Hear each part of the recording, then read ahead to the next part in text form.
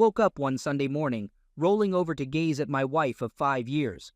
Rose woke up too, pulling my head toward hers and gently kissing me. Acknowledging Rose's fatigue, she mentioned that I had worn her out the previous night. I explained that my intention was to get her pregnant.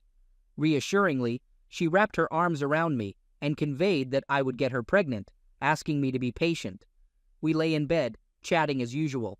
Our conversation revolved around her work, with Rose determined to secure a promotion to the regional sales management position. After a few minutes of the familiar work-related discussion, I suggested she take a shower.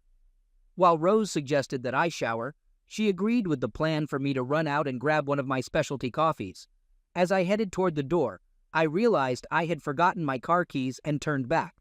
Knowing Rose kept a key to my car in her purse for emergencies, I spotted her purse on the kitchen counter. Instead of going back upstairs, I decided to retrieve the key from her purse. Digging through the clutter, I discovered a zipper on the inside. Unzipping the compartment, I found the birth control pills Rose had promised to stop taking. She had gone off birth control a couple of months ago as we were trying to start a family. Examining the package, I noticed a third of the pills were missing. Turning it over, I saw the prescription label with a date only a few weeks ago, indicating she was still on birth control. I put everything back as I found it and quietly went upstairs to get my keys without Rose hearing me. On my way to get her coffee, my mind was buzzing with thoughts. I couldn't fathom why she would lie to me about being off birth control. I was confident she wasn't having an affair, as when she wasn't at work, she was with me. Her close girlfriend was the only variable, but her husband was also my best friend. I felt I knew where she was almost all the time, except during work hours. Feeling truly disappointed and under the impression that she didn't want to have kids despite seeming to be trying, I was lost in my thoughts. Around 4 p.m., Rose shook me out of my reverie. Observing my distant demeanor, she encouraged me to prepare, emphasizing that we were running late for dinner at Bill and Sherry's. Additionally, Bill had requested her assistance in his shop afterward. Upon arriving at their place, Bill sensed that something was amiss and asked about it. Initially, I insisted that nothing was wrong, but he persisted, claiming to know me better than I knew myself. He urged me to share my concerns.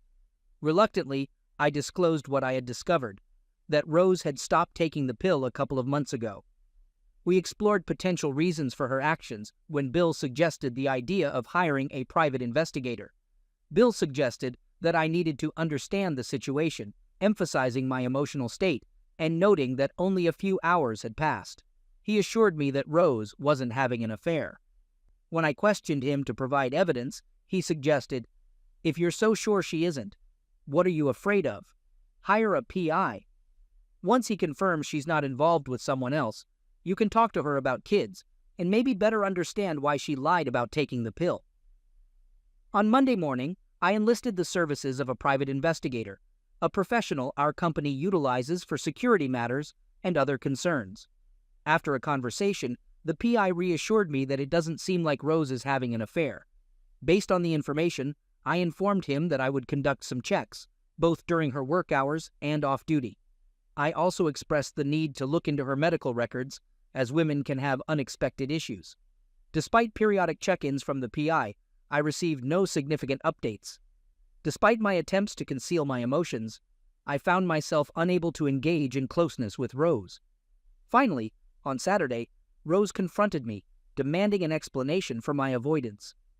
Attempting to shift the blame, I accused her of lacking interest in closeness, triggering a major argument, our first significant fight.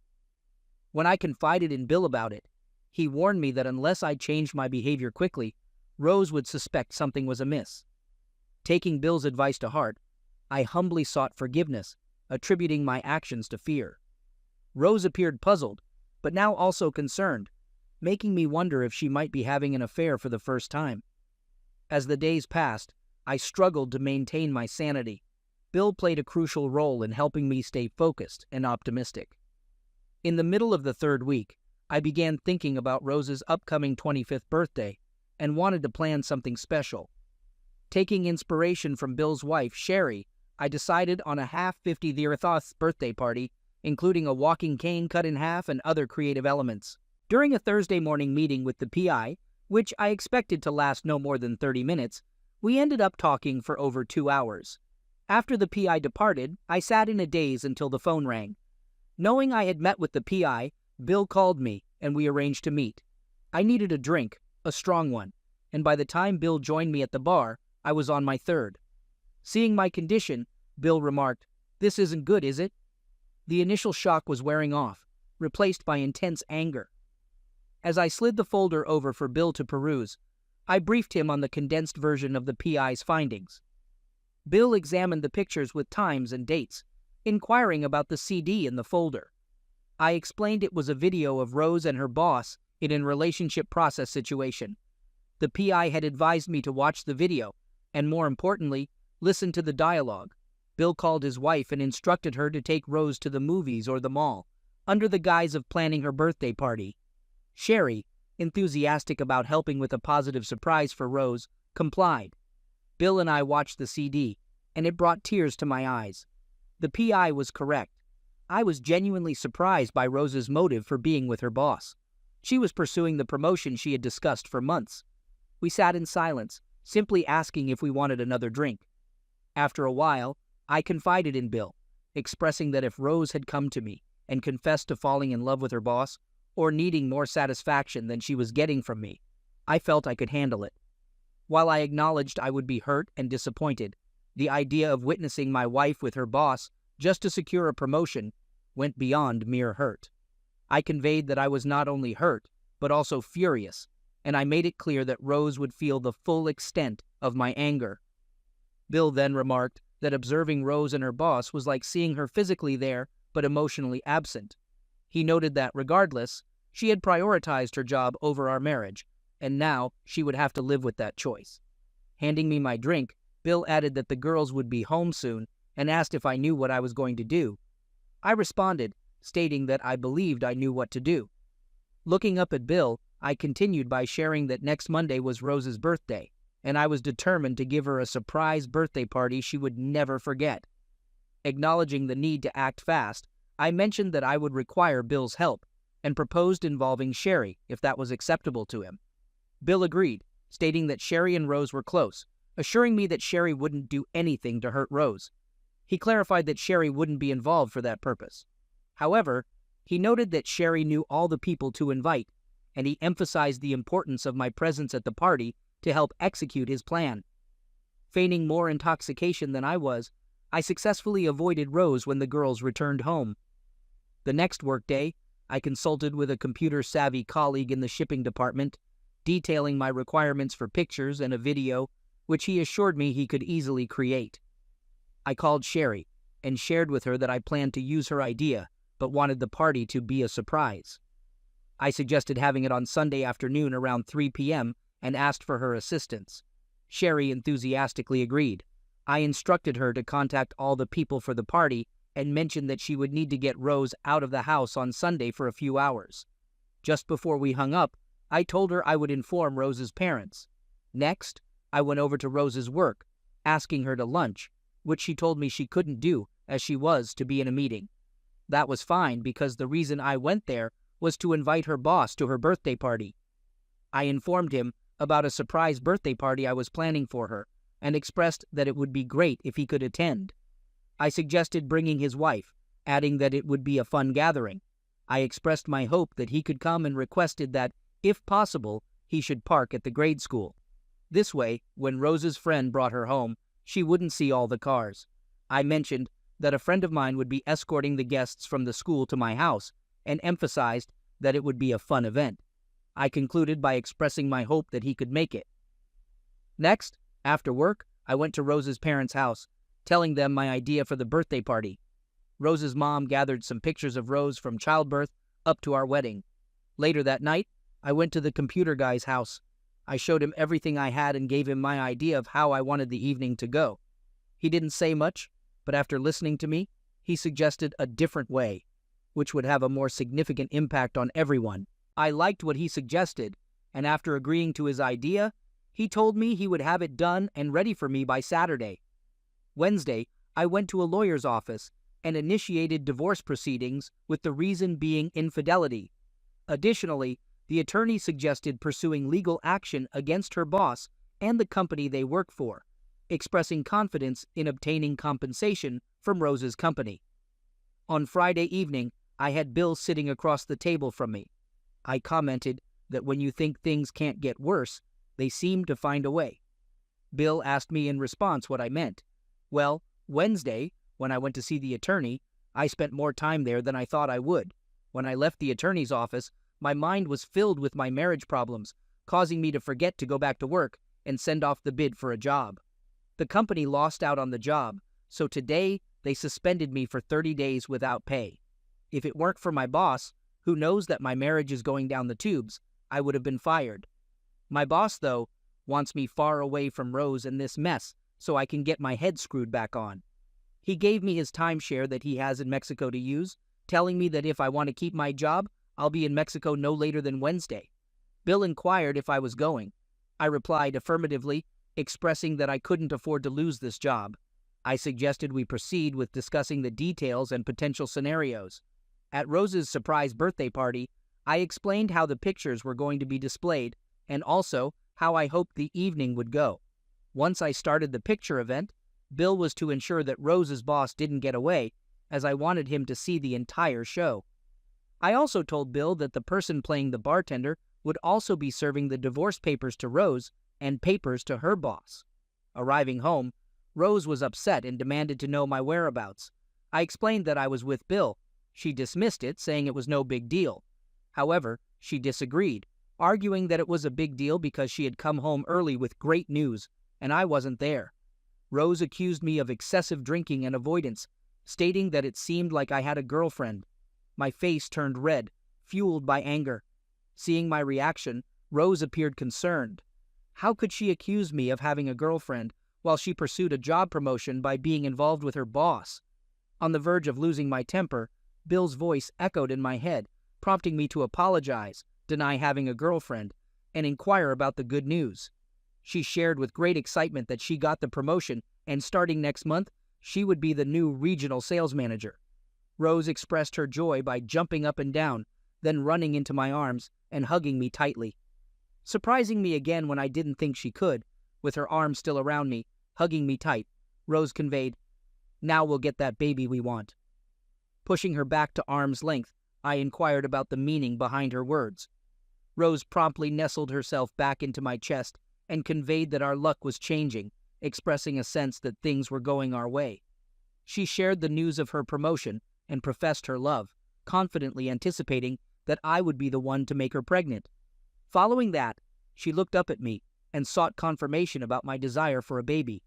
Rose, seeing the tears in my eyes, thought they were because of the baby, when in fact the tears were because I was soon going to lose the only woman I have ever been in love with. Grabbing me by the hand, Rose led me to her bedroom. We climaxed together. Rose expressed a desire for closeness again on Saturday morning, and I complied, although my involvement was perfunctory. While I was in the shower, Rose entered with a concerned expression and inquired about any concerns bothering me. She conveyed surprise at her recent inability to outlast me in lovemaking. In response, I encouraged her not to dismiss the possibility that something might be wrong.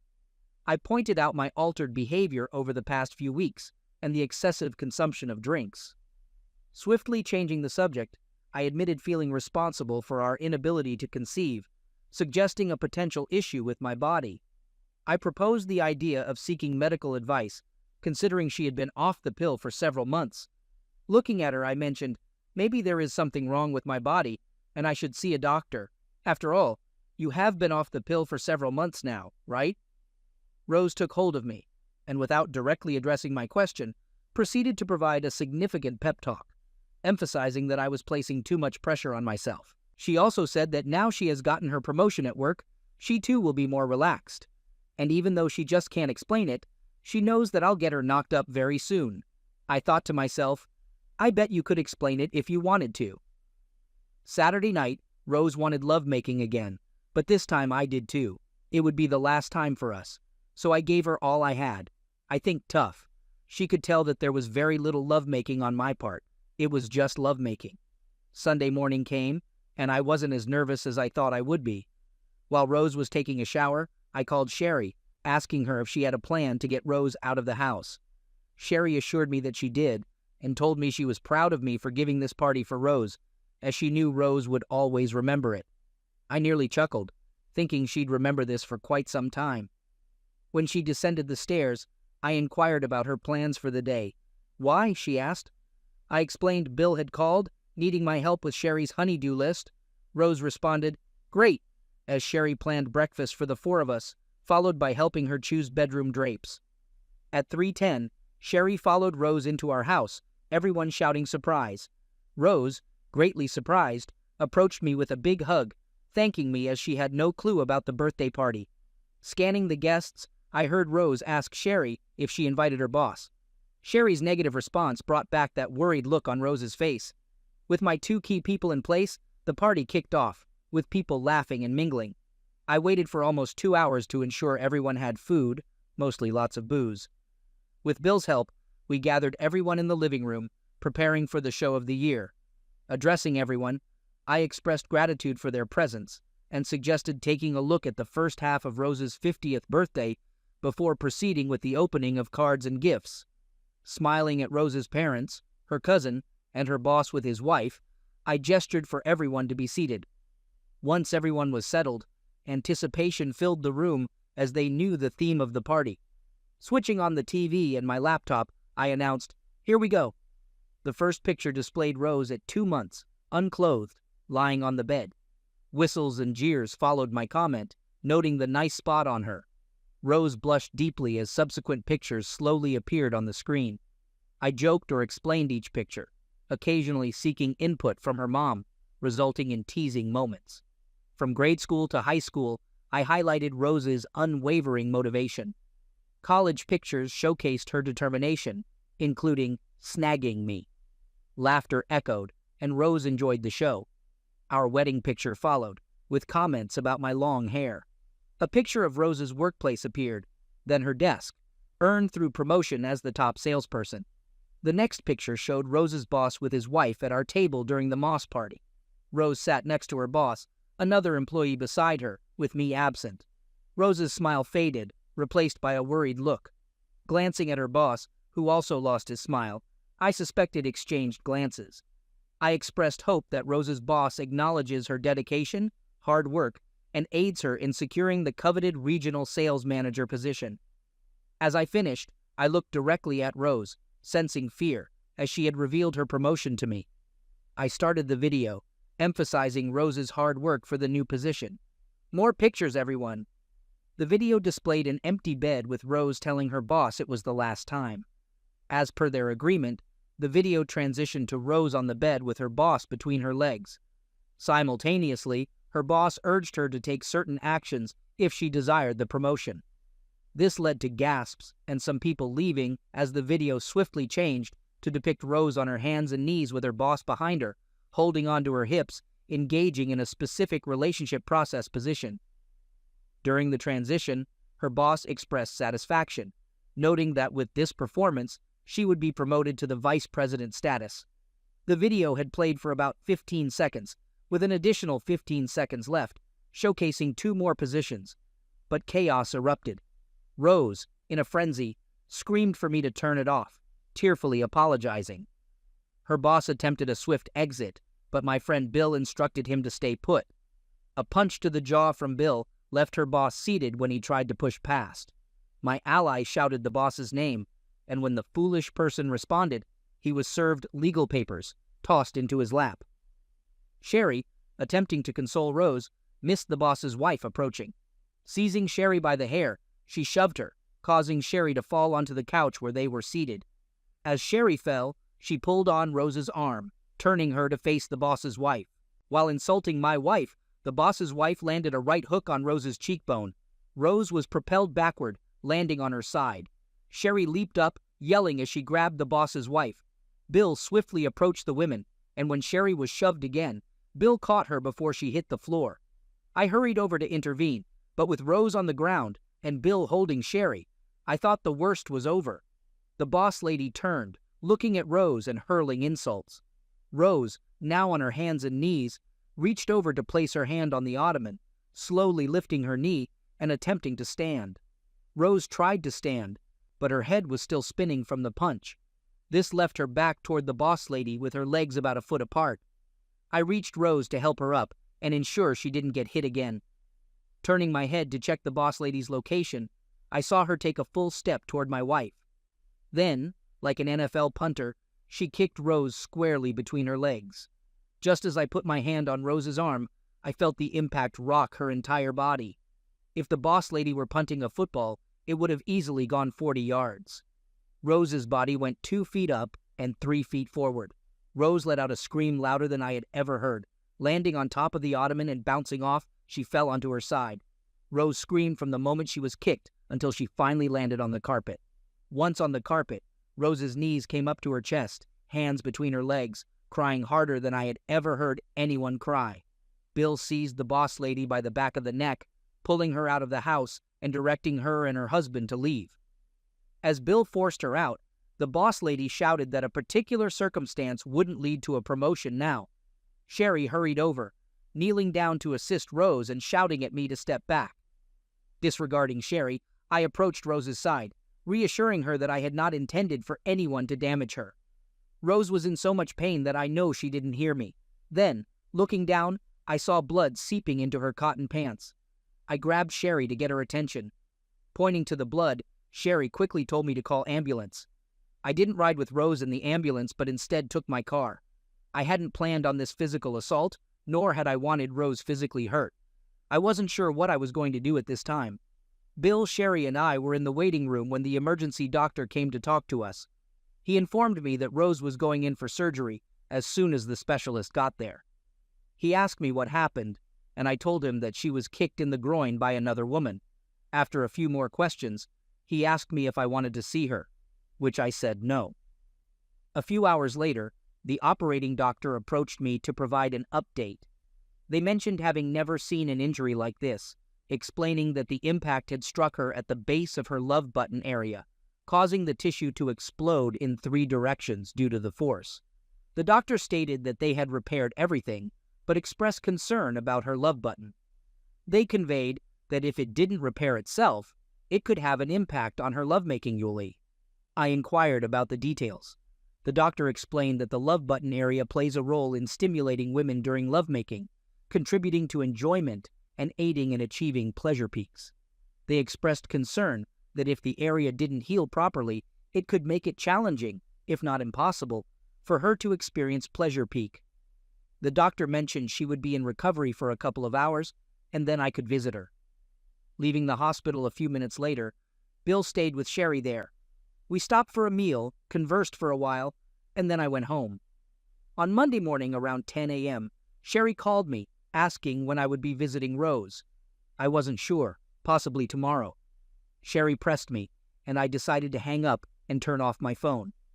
On Tuesday, I entered Rose's room just after lunch. Sherry gave me a disapproving look as I approached the side of Rose's bed. Without giving Rose a chance to speak, I began explaining. I admitted that I aimed to humiliate and embarrass her, wanting everyone to know that she, not me, had caused the end of our marriage. I accused her of lying about being off birth control and being unfaithful. Despite my anger, I emphasized that I never intended or desired any physical damage to befall her. I clarified that, despite being extremely upset, the thought of physically hurting her never crossed my mind. I expressed the hope that she would believe me. Tears streamed down Rose's face, prompting me to turn to leave. However, Rose reached out and grabbed my hand, pleading with me not to go. Rose assured me that she trusted I wouldn't damage her physically. She implored me to stay and talk with her, but I declined, stating that I couldn't. I explained that due to the emotional turmoil caused by her infidelity, my mind and heart were in disarray, leading to a significant mistake at work. While the corporate higher-ups contemplated firing me, my boss, who knew about our marital problems, intervened and prevented them from terminating my employment. As a result, I informed Rose that I would be leaving town for a month. However, I'm facing disciplinary action, again with my boss's assistance. I've been suspended for 30 days without pay. I have a month to address our problems and straighten out my thoughts. My boss has offered me his timeshare in Mexico and allowed me to cash out the 3 weeks of unused vacation. Sherry exclaimed that I couldn't leave Rose because she needed me. I looked at Sherry and explained that I could leave, emphasizing that I couldn't risk losing my job. I mentioned having a great teacher, pointing to Rose, who had taught me to prioritize my job over my marriage. Rose quickly interjected, expressing her apologies. Addressing Rose, there's one more thing. I'm far from finished with your boss. I will make him pay for this, assuring you that a storm is coming for that idiot. My intention is not to bring any repercussions your way. I'm telling you this because I believe he'll throw you under the bus to save himself. The house has been cleaned, all remnants of the party disposed of. On the kitchen table, you'll find materials from the PI and divorce papers for you to sign. Speaking of divorce papers made Rose squeeze my hand hard, hoping I wouldn't be able to pull away as tears flowed again. Rose, I left that material not to cause you more pain, but just in case you can use any of it to protect yourself from your boss. I think, and I hope you get yourself a good lawyer, Rose. Well, I have to get going as I have a plane to catch. Rose insisted that she wouldn't sign the divorce papers until we had a lengthy conversation. I shook my head and conveyed to her that she still didn't understand. I asserted that she was no longer in control, emphasizing that I didn't have to do anything for her. Pulling my hand away, I added that she had messed that up. As I started to walk out, Rose shouted, pleading for me to wait. I stopped and turned toward her. With tears streaming down her face, Rose expressed her profound love for me. She asked if upon my return I would please meet with her. At that moment, Rose, I'll have to say no. It hurts too much just to be here with you. Maybe after I get back, I'll think differently. Bill awaited me outside the hospital to provide transportation to the airport. The ride was quiet, given that Bill was already informed about most of the details surrounding the events and my strategy concerning Rose's boss. I directed him to keep me informed of any developments related to Rose's boss, and he agreed to do so. Additionally, Bill offered to provide updates on Rose's situation. Curious, I inquired about the reason I would want him to keep me updated. Bill chuckled and replied, conveying that I still loved her, which I acknowledged with laughter. I admitted to loving her but emphasized that I couldn't allow anyone to walk over me. Second story. At 32 years old, I am currently in the process of divorcing my 33-year-old wife after discovering that my 5-year-old son is not biologically mine. A couple of weeks ago, I uncovered my wife's infidelity from 6 years ago. Her sister disclosed this information during a visit to discuss the delivery of her first child. According to her sister, my wife admitted to sleeping with her best friend while intoxicated 6 years ago, expressing remorse at that time. Upon learning this, I promptly took a paternity test with my son, fearing the worst. The results, a week later, confirmed that my son is not my biological child. Strangely, I began to perceive the boy differently, more like an acquaintance than a son. Armed with evidence, I confronted my wife at night when the child was sleeping. Despite her inquiries about who told me, I maintained that it was none of her business, even though she would likely connect the dots to her sister. Initiating divorce proceedings left her devastated. Despite her multiple assurances that nothing had happened with anyone else since then, and claims of faithfulness in body and soul, I refrained from insulting her to avoid complications during the divorce, despite my disbelief and blaming of drinks instead of taking responsibility. In our conversation, she threatened to demand full custody of the child. Annoyed, I expressed disinterest in anything not biologically mine, allowing her to keep the child while I would keep our 2 dogs.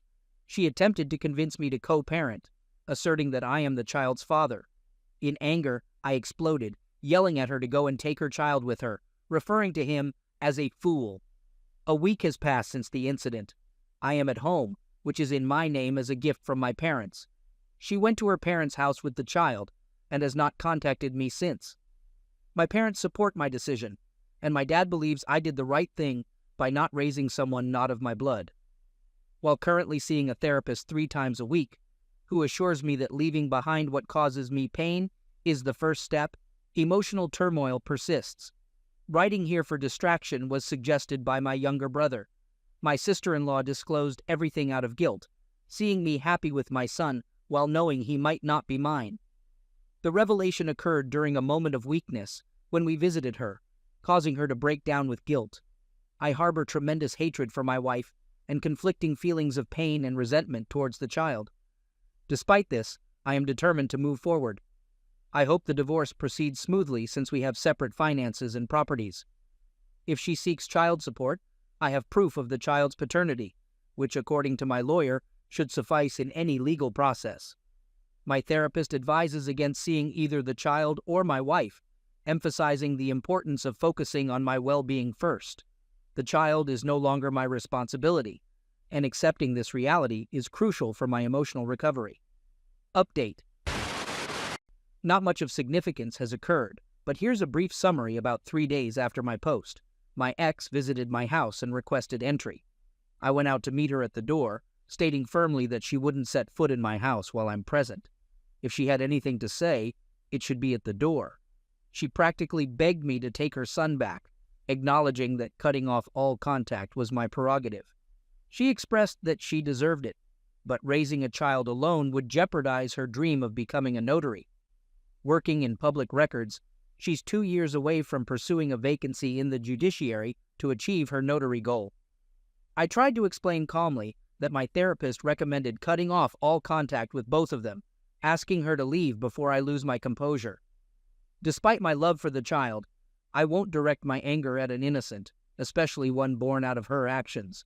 I expressed this with some anger, but I never raised my voice since we were on the street, emphasizing that the child deserves better, and she is currently responsible for providing that.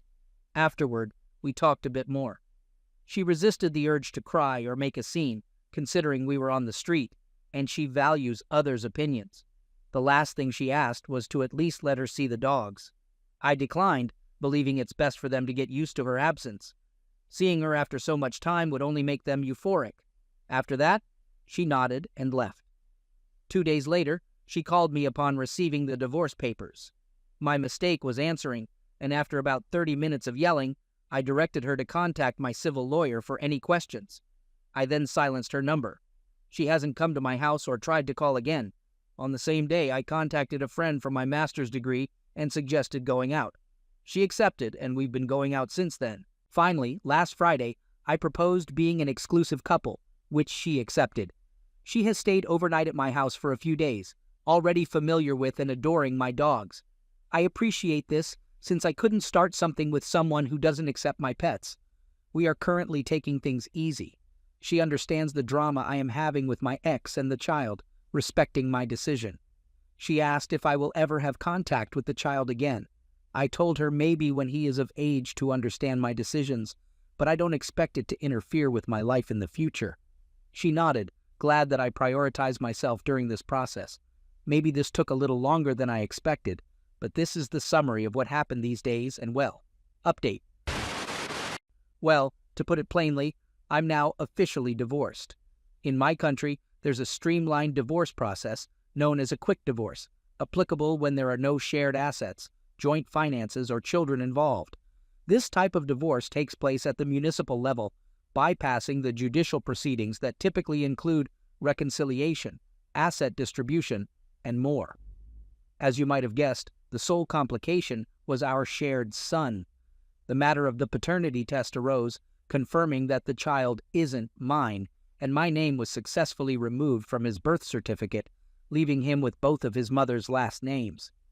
Describing the divorce process as challenging is an understatement.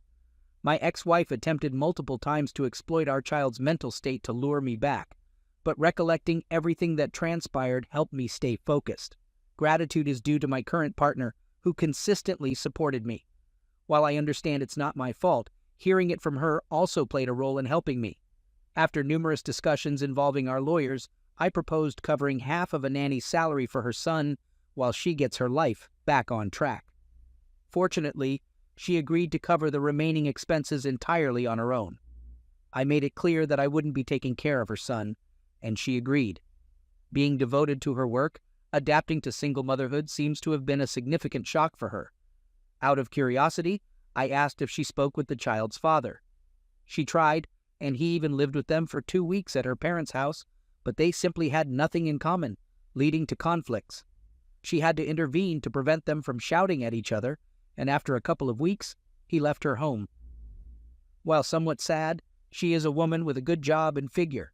With a year of nanny assistance, she has ample time to find a suitable stepfather for her son. Meanwhile, I don't plan to talk to him yet, perhaps in a couple of years or when he's a teenager. If the child doesn't wish to talk to me, I won't insist, understanding if he harbors resentment. Discussing the child led to her expressing hatred towards me, particularly for having a new partner quickly. I found it rude, especially since my current partner was present and I had to intervene in an argument between the two. Despite signing the divorce papers and acknowledging my help, she couldn't bear that. Throughout the conversation, I maintained a compassionate demeanor. She has always been proud, achieving everything through her merit, and my look seemed to hurt and anger her. I clarified that it was the same look as always. If she has a paranoia problem, it's not my concern. The important thing is she signed the papers and I can finally move on with my life. For a year, I'll be paying half the minimum wage for a nanny, a fair price for peace. Despite harboring negative feelings, I accepted it and moved forward this month. Yes, I still resent her, but not enough to express it directly or wish her ill. She has enough problems to deal with. I appreciate my current partner for enduring all this more than once. I told her she didn't have to accompany me or worry about it, but she insists that my problems are hers too, and I shouldn't carry the burden alone. It has been a tremendous help in lightening my load. She also understands my reluctance to rush into marriage this year, or possibly the next, and I appreciate her understanding. At least this chapter of my life is about to close without long-term consequences for me. Third story. Married for 16 years, together for 20, and parents of 3 children. Uncovered her affair by hacking her phone and reading messages. She engaged in an affair with a coworker, terminated it, and attempted to repair our marriage. Unsuccessful. Divorce filed October 2018. She moved out November 2018 and promptly resumed her relationship with her affair partner. Divorce concluded December 2019, and she remained with her affair partner until last week. Tearfully, my ex called, asking if I could take the kids overnight. Concerned, I inquired about what was wrong. She replied that karma had struck her hard. Sensing something awry, she went through her affair partner's phone while he was in the shower, discovering an extensive string of explicit Facebook messages, akin to how I discovered her affair. My ex is 39, he is 52, and his new affair partner is a married 28-year-old. Now, don't get me wrong. I initially wanted to celebrate this turn of events. From the beginning, I warned her that the guy was a beast of prey. However, after hearing her out, I realized she was genuinely in love with him, and part of me felt sorry for her. Ironically, she apologized more on that day than ever before for the pain she caused me, expressing remorse for the hurt I endured. Taking it with a grain of salt, I've moved on and found happiness with someone else over the last 6 months. Update. There was nearly a second instance of infidelity with the affair partner, AP, but my ex caught him before they could arrange a meeting. She has complete control over his phone, monitoring all his apps and checking his messages constantly. It sounds like a nightmare to me. My ex and the AP still have a peculiar on and off relationship. Let me delve into that a bit. Officially, they are not together. According to her, both of their Facebook pages are listed as single. She occasionally wears his engagement ring, and I'm pretty sure she would return it, unlike her refusal with my $12,000 wedding ring. She stays at his apartment occasionally, but claims they just hang out as friends. Why? Because don't we all spend the night at our ex's place, sleep in their bed, and just hang out? I'm still amused that she thinks everyone is naive like that. Meanwhile, she had to change jobs because of her close friendship with the plant manager at her previous workplace. They were always talking, going to lunch, taking Harley rides, walks on breaks, etc. Rumors started flying and things got messy there. Her work friend is married with 3 kids. He still visits her on occasion and takes her on a Harley ride to a movie or whatever. She was apparently caught by our teenage son kissing someone in the driveway. Our son didn't know who this person was and called me to ask. I told him to ask his mother who that was and played dumb. He was under the impression that she and the AP were still together because he was just over the day before, grilling out and mowing her lawn. Another new guy appears. She won't disclose how or where she met him. They went on 2 dates, and she didn't seem into him. They knew each other from a previous job, and he kept saying how he wanted to be with all her friends and coworkers back in the day, We were talking the other day about retirement. She knows my plan is to semi-retire in 6 years. As soon as I'm done with child support and all of my kids are 18, I plan to relocate south to a warmer climate. She gave me a sob story about how she had to raise all of our children while I built a business, and how she'll probably have to work till she's dead and never retire. That is so far from the truth. I put in just as much time, housework, and effort into our family as she did for a few years. I did even more than her while she was out partying with her friends 4 or 5 nights a week. My response to her was, "You made your choice to leave me and go with your AP." Her facial response was glorious to see. I was her retirement plan. She now has a whopping $14K in her 401K for retirement, and she is in her early 40s. Even if she stays or goes back or whatever she is doing with her AP, he makes okay money, has no savings, little retirement, and doesn't have a pot to piss in or a window to throw it out of. So there is some karma in that. My thought to pass on to all of you going through a divorce or on the verge of one is this. My life was torn apart from October 2018 to December 2019 when our divorce was final. Fast forward a few years to now, and I'm happier than I have ever been. I am looking to retire early and enjoy some beach time. My relationship with my kids has never been stronger or better. When things look so dark and terrible, be a good person. Don't lie or deceive. Don't try to be malicious or involve the kids. Between you and him, Dar or her, keep your head up and keep walking. The farther you can walk away from the darkness, the better your life will be. Stay strong, my friends. You got this.